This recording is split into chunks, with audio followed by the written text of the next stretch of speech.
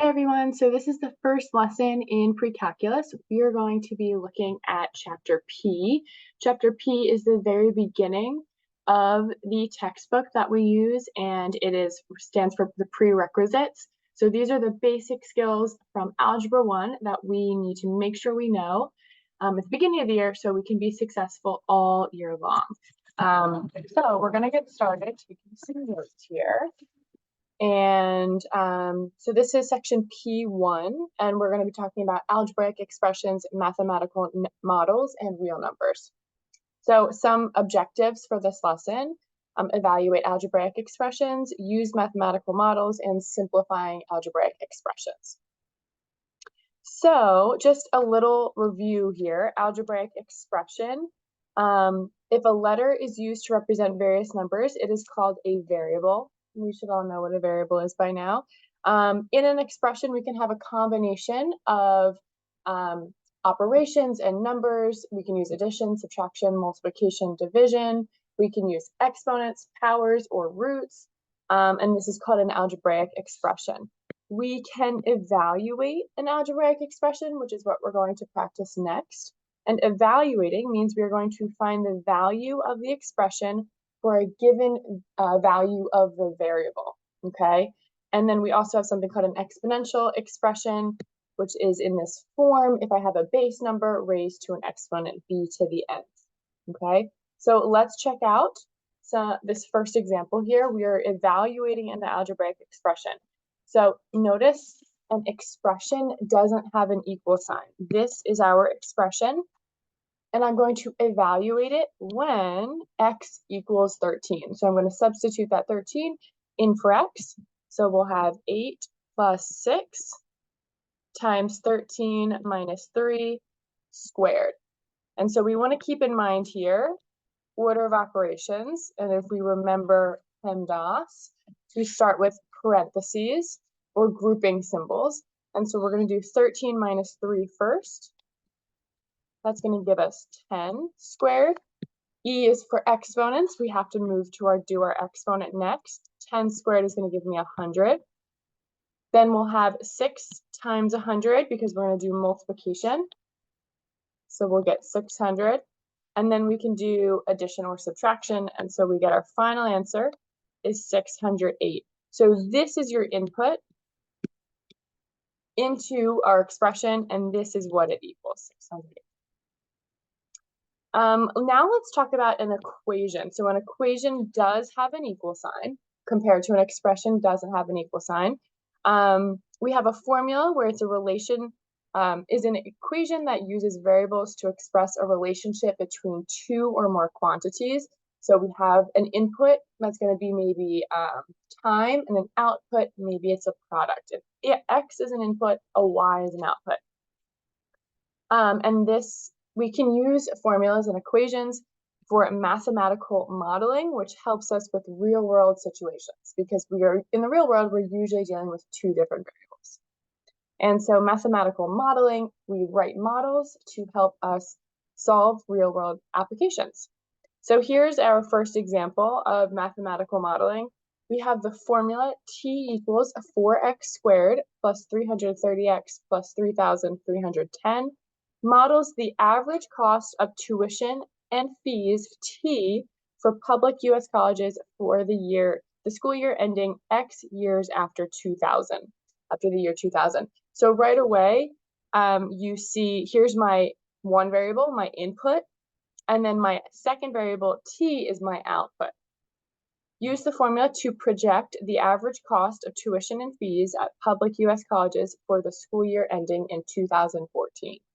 So right away, we have to notice that we are starting, like our 0 is at 2000, and we want to find the tuition at the year 2014. So we have to do a little subtracting here. 2014 minus 2000 is going to tell us that 14 is our x value, how many years after 2000 we're going to find the tuition for. And then once we find that, we'll substitute it into our formula. So we're going to have t equals 4 times 14 squared plus 330 times 14 plus 3,310. Again, we're going to use order of operations. So let's start with some exponents here. We'll have 14 squared, which is going to give me 196, plus, we'll leave this as is for right now. Now that we've done our exponents, we're going to do our multiplication. So we'll do 4 times 196, that's going to give us 784, plus 330 times 14, that's going to give us 4,620, plus 3,310, and then we will add these all up together. And we get 8,714 is the tuition. In 2014. The projected tuition, okay? So that's just an example of mathematical modeling using a formula with two variables to find a solution in the real world. Some simplifying algebraic expressions, just to review, this should be pretty straightforward. We're looking for like terms. Remember, like terms have the same variable, and they also have to have the same exponent. Okay, so x plus x gives me 2x. Let's say this is 2x squared plus x squared. We can combine them and we'll get 3x squared, but we can't combine 2x and 3x squared because they have different exponents. So let's practice with this one. Simplifying an algebraic expression, we can do some distributing first. So we'll have 28x squared plus 21x. Then we'll distribute the 2. And now we're going to be able to combine like terms. Notice our x squareds we can combine. So I'll have 38x squared plus our x's we can combine 23x. Just a review of combining like terms. We should be pretty good with that by now though. And then here's your order of operations. PEMDAS. The big thing that I want to highlight here is that when we come to multiplication or division or addition or subtraction, it is always left to right. And we're going to see that come into play in the next couple examples.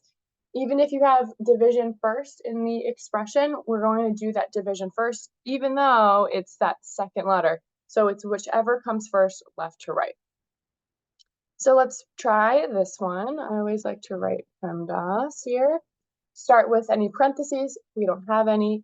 Exponents, let's take care of those. We'll have 100 minus 100 divided by 25 times 2 minus 3.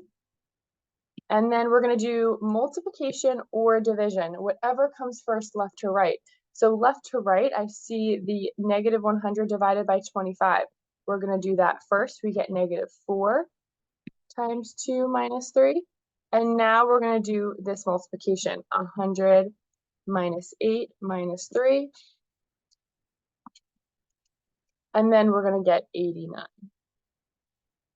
Okay, so that's the big thing with these two operations here, whatever comes first, left to right. And I've got one last example for us today. So PEMDAS, we'll start with parentheses, or if you heard me in the beginning, I said or grouping symbols. And so that refers to those absolute value brackets that we have here. So let's focus on those, and we're going to work with the exponents inside. So I'll do 12 divided by 3 times 5. We have the absolute value of 4 plus 9 all over 7 plus 3. I'll do that exponent while I'm down there. And then we're going to have 12 divided by 3 times 5 times the absolute value of 13 all over 7 plus 3 minus 36.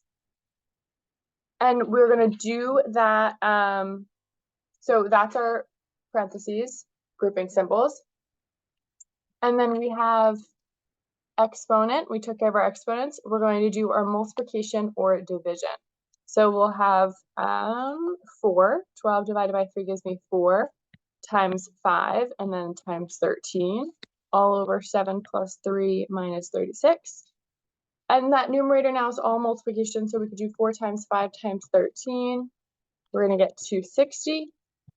7 plus 3 gives us 10 minus 36 gives us negative 26. And now we can do what's left over, this division, and negative 10 is our final answer. Okay, so this first lesson is a good review of so many things that you learned in Algebra 1 and that we're going to read in pre-calculus. If you have any questions, let me know. If not, you're good to keep practicing. Great job.